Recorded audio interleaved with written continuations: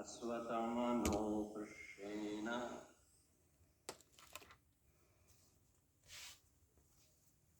Brahmasirshno Tejasa Uddaraya Hato Garva Vishena Vichivita Paruna.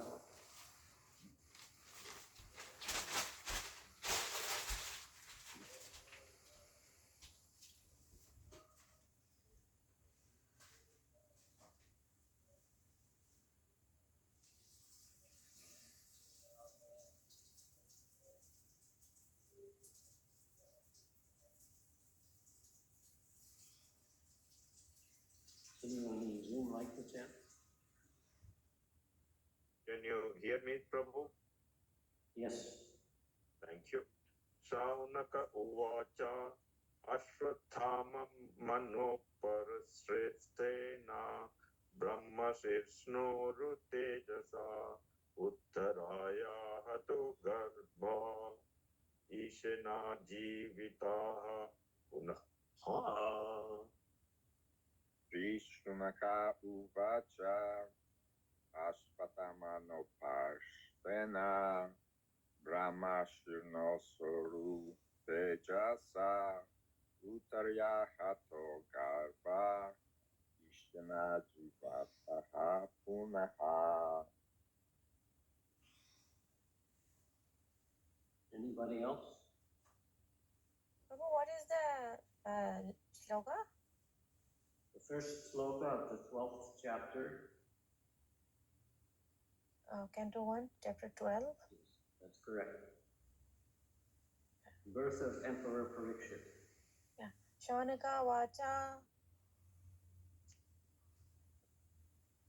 Ashvatamano Prastrestena Brahmasro Noro Tejasa Uttarayaha To Garba Ishani Jivata Punaha. Anyone else?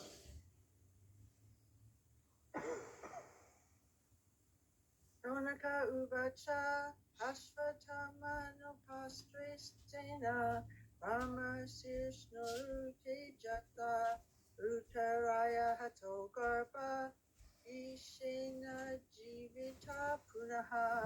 Thank you. Hare Krishna Prabhu.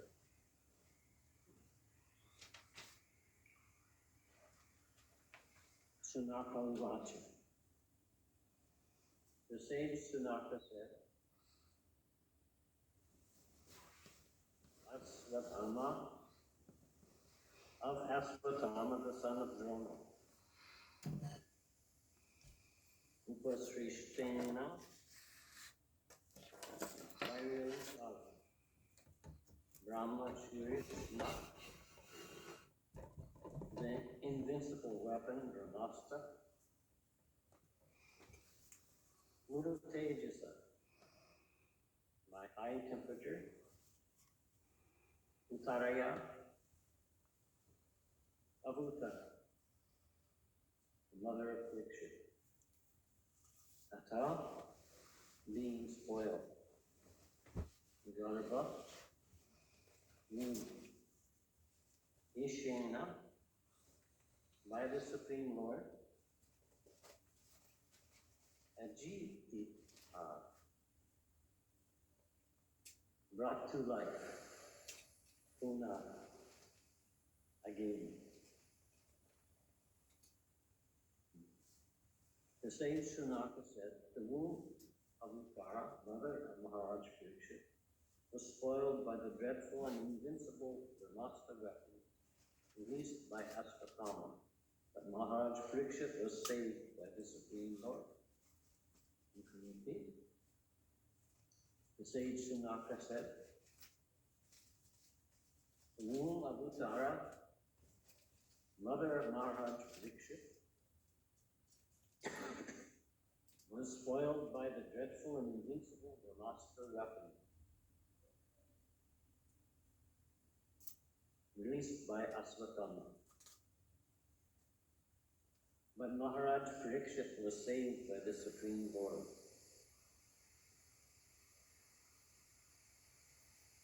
Purport by A.C. Bhaktivedanta Swami Prabhupada. The sages assembled in the forest of Namasharanya inquired from Sutta Goswami about the birth of Maharaj Parikshit. But in the course of the narration, other topics like the release of the Brahmastra by the son of Drona was punished by Arjuna.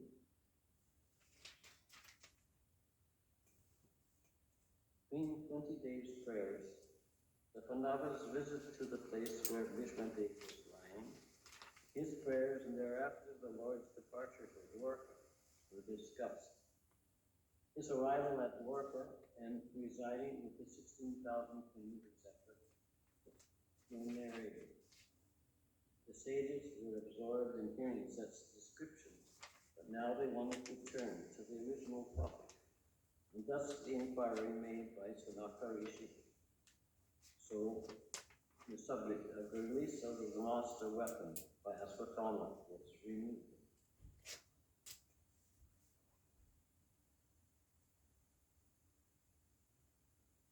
Amagyanatamanandasa janandana savakara chaksumilikam vina asmai Shri Gurave namaha Shri Chaitanya Vistam Stapidam Yena Bhutale Swayam Rupa Kadamaya Padanti Swam Padantikam Vandeham Shri Guru Shri Uda Patakamalam Shri Guru Vaishnavam Shri Rupam Sarvavajatam Sahagana Tam Sajivam Sadvaitam Savadutam Parijana Sahitam Shri Krishna Chaitanya Deva Shri Krishna Karana Sindhu Dinavanda Jagatpate Gopisha Gopika Kanta Radhakanta Namaskate Jayatam Savato Pandor Vamadavati Yogati Matsa Vasya Prambojo Shri Aramadam Navano Namo Vishnu Padaya Krishna Prastaya Putala Shrimati Bhaktivedanta Swami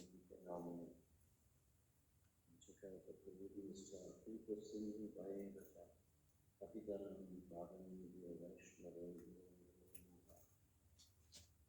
The sage Sunaka said, the womb of Uttara, mother of Maharaj Parikshit, was spoiled by the dreadful and invincible Brahmastra weapon released by Aswatthama. But Maharaj Parikshit was saved by the Supreme Lord.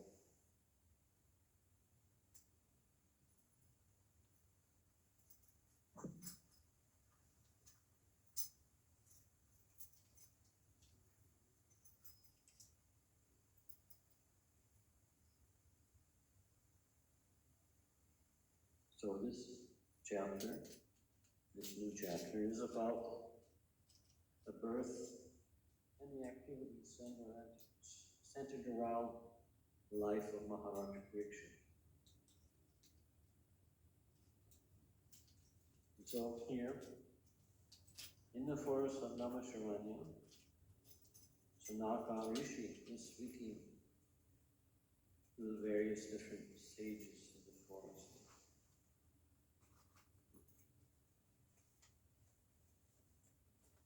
There was a slight pause in this discussion where they talked about Krishna departing from Dwarka and all this kind of stuff that happened in the previous chapter. And now the sages will bring the discussion back to the original question about Maharaj Parikshit and his adventures with Krishna. Because anytime you talk about Krishna's devotees, automatically Krishna appears in the pastime.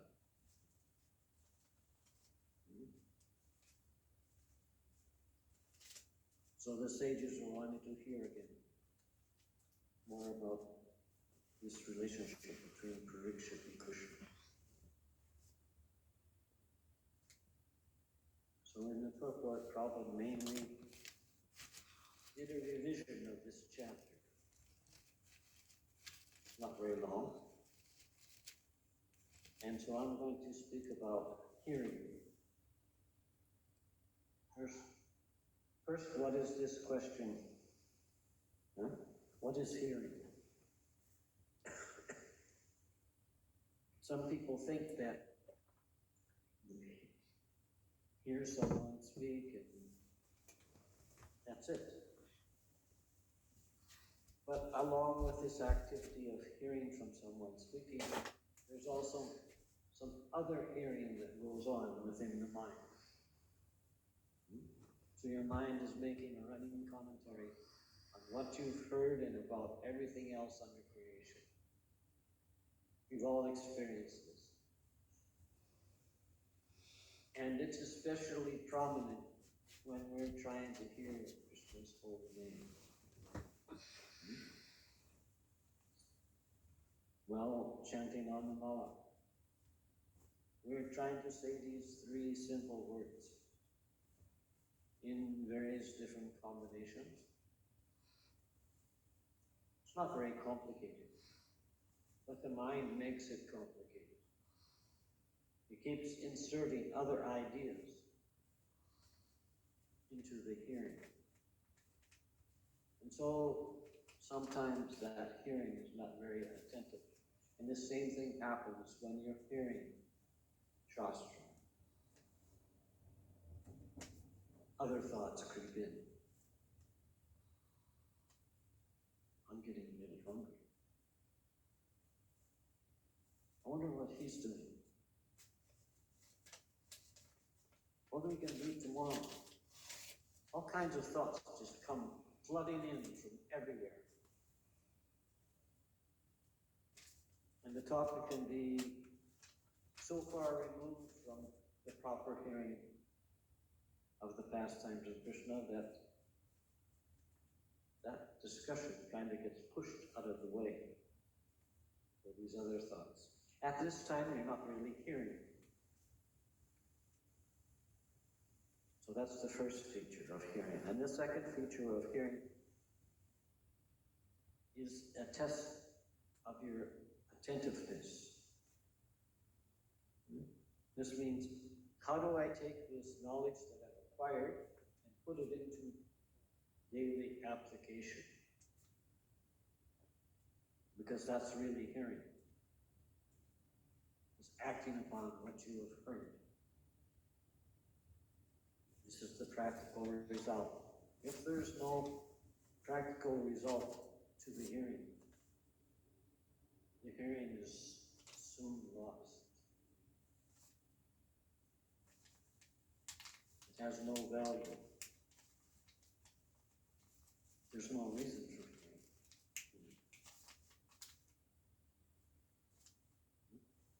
So then the third question is, who do you hear from? You hear from someone that has previously heard this. Until the origin goes back to the Vedic literatures. And even further back to when Krishna uttered it. When Krishna is participating in your hearing, you become hearing. But if what you're hearing is not about Krishna, anxiety comes. Krishna sends this anxiety to remind you, you're not engaged in the activity you're supposed to be engaged in. You're deviating from the program.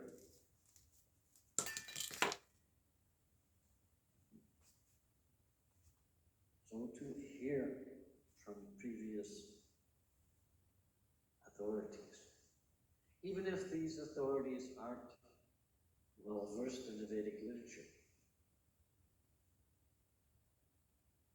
because the act of chanting and the act of hearing purify both the speaker and the listener. Now, if you're not really listening, you're off on that minor ratha. You're traveling away from the topic. Maybe even you're tired and you're sort of just drifting off into another world.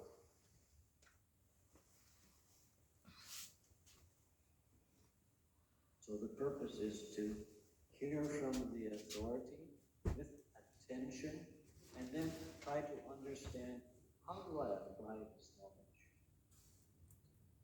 This is then is really hearing. That other kind of hearing is just killing time. Because it's not important. It's not of interest to you. In the long run. Because what is of interest to you in the long run is to become purified so that you can go back home and associate with Krishna. That's the purpose of human birth. To hear about Krishna and return to his association. Without this hearing about Krishna, there's no possibility of going back home, back to Godhead.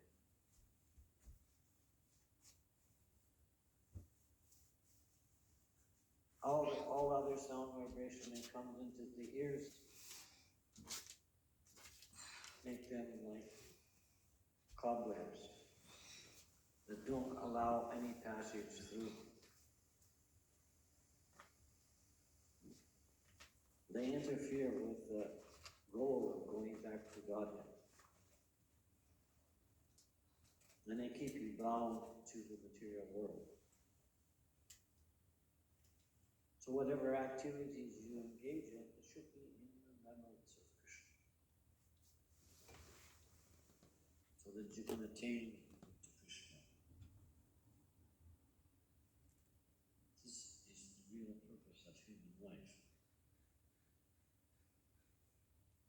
If there is no process of hearing, then there's no proper action. And when there's no proper action, there's no evidence that you want to associate with Krishna. Rather, you want to associate with someone else. Someone who's not Krishna. And this is only going to keep you in the material world, because this other someone is of the material world. So it's going to keep you here.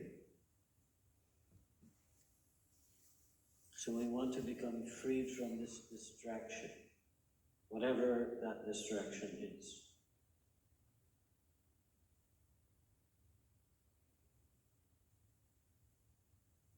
Just like you obtain a new, instrument.